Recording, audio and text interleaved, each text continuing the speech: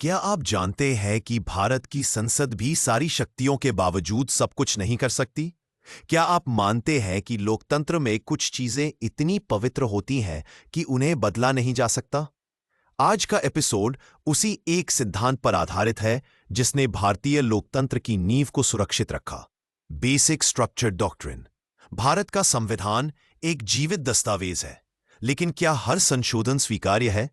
जब संसद को संविधान संशोधन का अधिकार मिला, तो सवाल उठा, क्या वह मूल आत्मा को भी बदल सकती है? यही से शुरू हुई बेसिक स्ट्रक्चर की कहानी। संविधान के अनुच्छेद 380 संसद को अधिकार देता है संशोधन करने का। लेकिन जब संसद ने बार बार अधिकारों को सीमित करने की कोशिश की, तब न्यायपालिका ने कहा, बस। Keshavananda Bharati versus state of Kerala 1973। इस केस में 13 जजों की बेंच बैठी, अब तक की सबसे बड़ी बेंच। सवाल था, क्या संसद संविधान की हर चीज को बदल सकती है या कुछ सीमाएं हैं? फैसले में 7 से 6 से यह निर्णय हुआ कि संसद संविधान को संशोधित कर सकती है, लेकिन उसका बेसिक स्ट्रक्चर नहीं बदल सकती। लेकिन यह बेसिक स्ट्रक्चर क्या है, इस पर कभी भी एग्जॉस्टिव लिस्ट नहीं बनी। कोर्ट ने समय के साथ यह बताया कि इसमें क्या क्या शामिल है। बेसिक स्ट्रक्चर में क्या आता है? कुछ महत्वपूर्ण मूल तत्व जिन्हें कोर्ट्स ने बेसिक स्ट्रक्चर में माना है।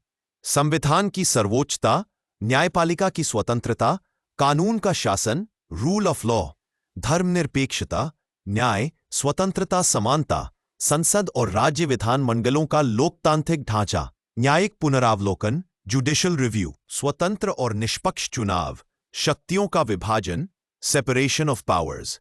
मतलब ये कि संसद आर्टिकल 21 को हटा नहीं सकती, वो सुप्रीम कोर्ट की पावर ऑफ रिव्यू खत्म नहीं कर सकती। आलोचना और चुनौती। इस डॉक्ट्रिन की आलोचना भी हुई है। ये जज मेड लॉ है, संसद के लोकतांत्रिक अधिकारों पर अंकुश है, लेकिन सुप्रीम कोर्ट ने बार बार इसे मजबूत किया है। Minerva mills case, Indira Gandhi versus Rajnarayan, IR Coelho versus state of Tamil Nadu, SR Bommai case.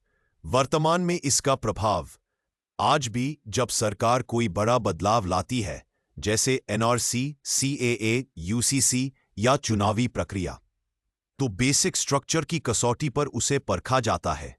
हर वकील, जज, छात्र और नागरिक को ये डॉक्ट्रिन जानना चाहिए, क्योंकि ये लोकतंत्र का रक्षक सिद्धांत है। Comparative analysis. US, UK versus India. America में जुडिशियल रिव्यू का कॉन्सेप्ट है, लेकिन बेसिक स्ट्रक्चर जैसा कुछ नहीं है। UK में पार्लियामेंट सुप्रीम है, लेकिन भारत में कॉन्स्टिट्यूशन सुप्रीम है। इसलिए भारत का बेसिक स्ट्रक्चर सिद्धांत अंतर्राष्ट्रीय स्तर पर भी एक मॉडल बन गया है। सवाल जवाब, FAQs। सवाल, क्या बेसिक स्ट्रक्चर लिखा हुआ है?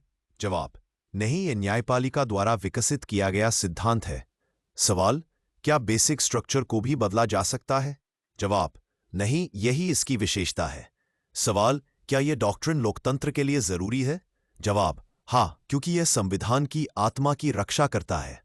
अगर बेसिक स्ट्रक्चर डॉक्ट्रिन न होता, तो आज हमारे पास फंडामेंटल राइट्स नहीं होते, संसद के पास एब्सोल्यूट पावर होती, न्यायपालिका कमजोर होती और लोकतंत्र एक तमाशा बन जाता। इसलिए अगली बार जब कोई कानून या संशोधन हो, उसे बेसिक स्ट्रक्चर की रोशनी में जरूर देखिए। अगर आपको यह वीडियो पसंद आया हो, लाइक कीजिए, कमेंट में बताइए और सब्सक्राइब जरूर करें @द काउंसिल कोड और लॉ मेंट्री को।